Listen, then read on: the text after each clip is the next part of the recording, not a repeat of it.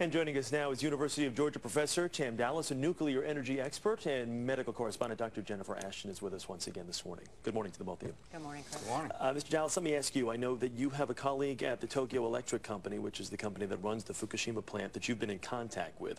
What exactly are they saying over there right now? Because we're getting so many different reports.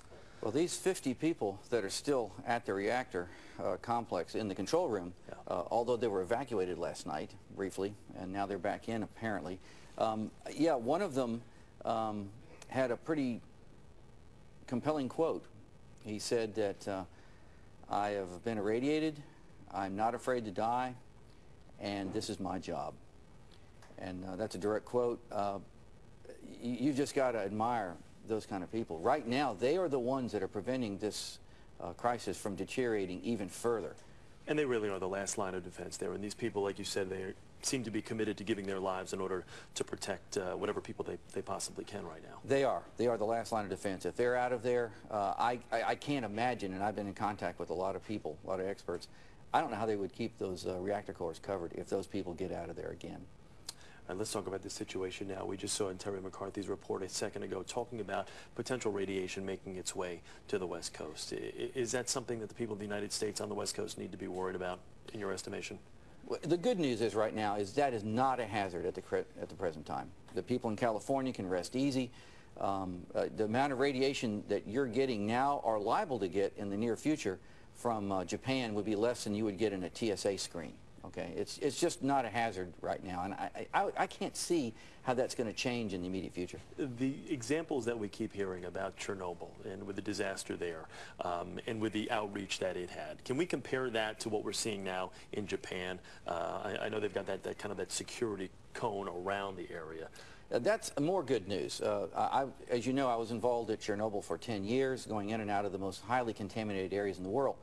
And what we learned from that is, and you can see on the map there, that the health effects and the high-dose radioactivity, that's about as far as it got. Yeah. As a matter of fact, most of it was about half of that. And so that's with 100 times as much radioactivity as the Hiroshima and Nagasaki atomic bombs combined released at Chernobyl. At the Japanese situation we're in now, it's much, much less than that. Yeah. So if at Chernobyl we didn't get effects 1,200 miles away, and certainly not in the United States, then we can be fairly certain that is not going to happen here, even if you get a worst-case scenario there. All right. Dr. Ashton, let me talk to you about this. Basically, we've got reports from some store owners calling it almost a panic there with people rushing out to buy these potassium iodide pills right now. I mean, is that something, I mean, we're hearing from the professor here that they really don't have much to worry about out there, but what is the deal with these pills? Right, Chris, and we've seen this before. We've seen it with many other disasters in this country. We saw with anthrax and people trying to stockpile Cipro with H1N1 and stockpiling Tamiflu. For this particular type of disaster, as all of the experts, including Dr. Dallas, have said, there really does not seem to be a need for people in this country to worry about getting Ki or potassium iodide pills for this disaster. There has been in the past some debate about people who live within close proximity, 10 to 20 miles of a nuclear plant, having it on hand for an emergency. But for this particular disaster, absolutely not necessary. Could this have been more a result of the Surgeon General who was in San Francisco yesterday, Regina Benjamin, who basically said this could potentially be a necessary precaution because it seems to be flying off of store shelves? And in fact, you know, we had to call over 20 pharmacies in New York City to get this example of potassium iodide pills. So people are panicking, and right now all experts are saying that is really premature. We have to remember this only protects the thyroid. It doesn't protect the entire body, and only if you will have direct exposure to a source of radiation within 24 hours. So right now that's really premature. So Professor, our takeaway here is the people on the West Coast have nothing to be worried about. Yeah, right now and in the immediate future, I